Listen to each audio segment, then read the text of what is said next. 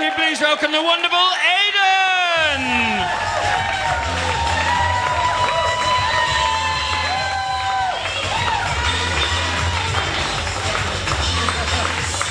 Good afternoon, everyone. Are you here to have a good time and see some talented stand-up comedians? Yeah. That'll be coming on later. So I'm dyspraxic, and what that means is I've got poor hand-eye coordination. I'm quite clumsy. I confuse my left and my right. I tend to bump into things quite a lot, which I suppose is okay if you're at the fairground playing bumper cars, until you're told you're actually supposed to be dodging them. Now, I drive an automatic car now. The people tell me it's pretty much like a dodgem. People like to say it is. I remember on my driving lessons, I think I gave my instructor a bit of a breakdown, the mental kind. No, I think he might have left the country now.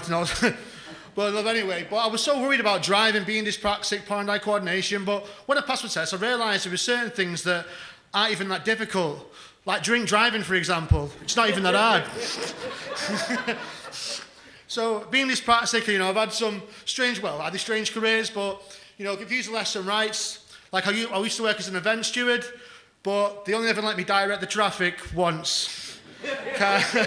Carnage that day. But because I confused my left and my rights, this meant that over time I became a handy sex tourist. That's right, handy sex tourist? Wait a minute. No, God, no. No. Ambidextrous. That's what I meant to say. And so what that means is I can write with both hands, I can throw with both hands, I can also give directions with both hands. Told you I was an event steward, but I said I could use both hands. What I didn't tell you was the quality of it. I was only ever invited to axe throwing once. I think there's still a court case out on that.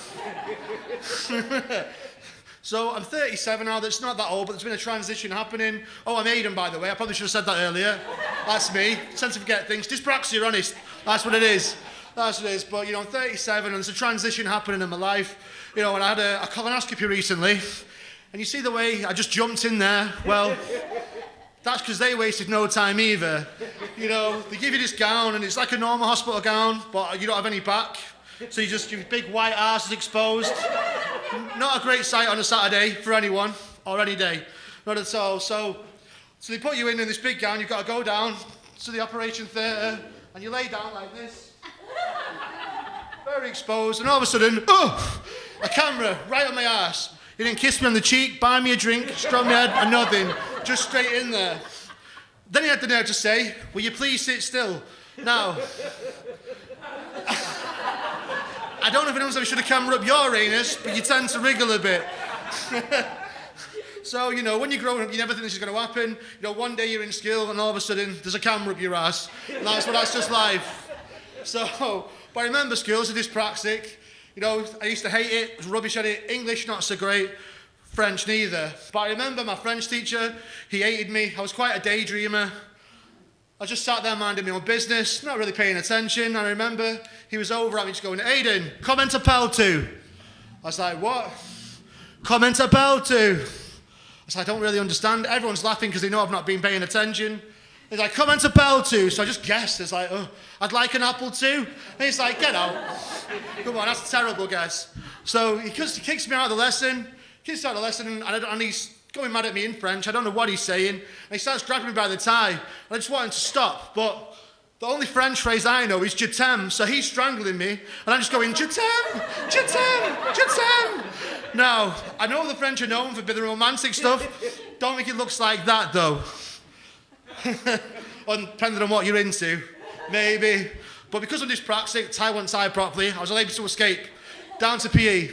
So it's a cross-country race. And, as a dyspraxic, they only ever let me lead the cross-country race once. Because got them all lost. I think there's still students lost to this day. But, believe it or not, I do go to the gym and I do try and keep fit. But I have noticed there's this trend lately of, fitness influencers going into supermarkets and swearing at Mars bars and saying they're no good for you. I mean, it must be a fucking nightmare working in Tesco. Can you imagine it? "Will a member of staff please report to the bread aisle? There's a man swearing at the cheesecakes again." Ridiculous. And social media. But anyway, je m'appelle Aidan. Au revoir. You only have to let you do stand up once. Thank you.